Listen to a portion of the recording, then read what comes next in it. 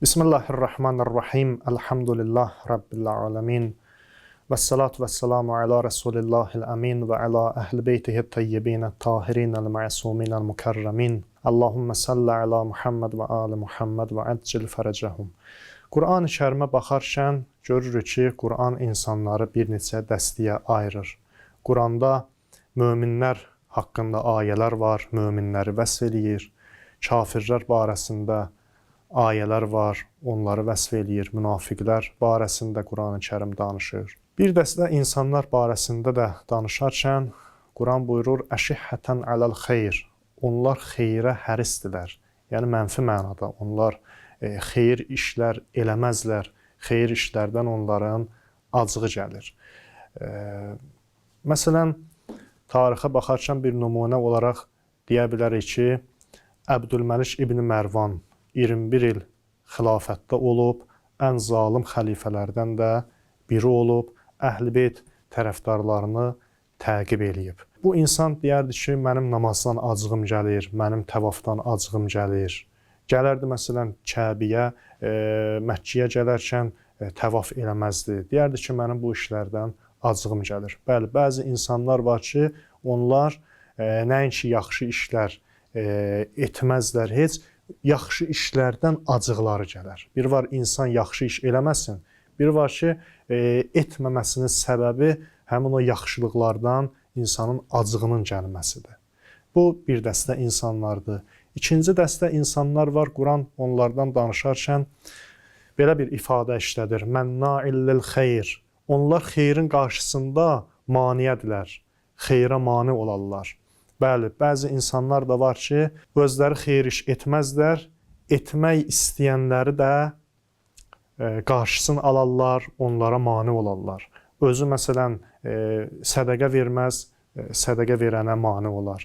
Özü bir ehtiyacının əlindən tutmaz, kömək eləməz, kömək eləyənlərə də mane olar. Bir dəstə insanlar da bunlardır. Amma Quran-ı Kərim öz övliyalarından, öz dostlarından danışarkən, Həzrəti Zəkəriyya və Həzrəti Yəhya kimi peyğəmbərlərdən söhbət açarkən belə bir ifadə işlədir: "İnnəhum kənu yusari'una fil xeyrat." Onlar xeyir işlərə tələsirlər. Bəli, Allah dostlarının, Allah övliyalarının, peyğəmbərlərin belə bir xüsusiyyətləri var ki, onlar xeyir işə tələsirlər. Xeyir işə tələsməyin ən mühüm səbəblərindən də biri budur ki, mərifətli insan, kamil insan bunu başa düşür ki, o xeyrə mənim özümün daha çox ehtiyacım var. Bir nəfər ki, məndən bir yaxşılıq istəyir, mənim köməyimə ehtiyacı var. Mərifətli insan, ayıq insan bilir ki, həmin o xeyir ki, mən eləyəcəm, ona daha çox mənim özümün ehtiyacım var ki, ona kömək eləyim.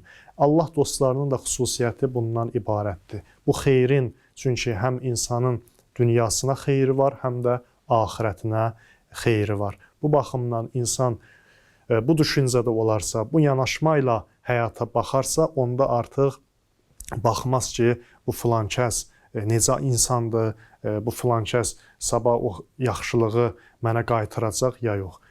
Bu düşüncə ilə eləməz. Yaxşılığa tələsər, xeyir işlərə tələsər, bilər ki, o xeyrə mənim özümün daha çox ehtiyacım var. Allah övliyalarının, peyğəmbərlərin xüsusiyyəti belədir. Kənu yusari'una fil xeyrat. Onlar xeyir işlərə, xeyrə tələsirlər. Allah bizləri də belə mərifətli bəndələrindən qərar versin ki, biz də yaxşılıqlara, xeyirlərə tələsək, xeyrə nifrət eləməyək, xeyirdən acığımız gəlməsin, əşihhətən aləl xeyr olmayaq, mənna'illil xeyr olmayaq, xeyrin qarşısında maniyə olmayaq. Əksinə, xeyir işlərə tələsən bəndələrdən olaq. Allah bu istiqamətdə hər birimizə kömək olsun inşallah. Vəssalamu aleykum və rəhmətullahi və barakatuhu.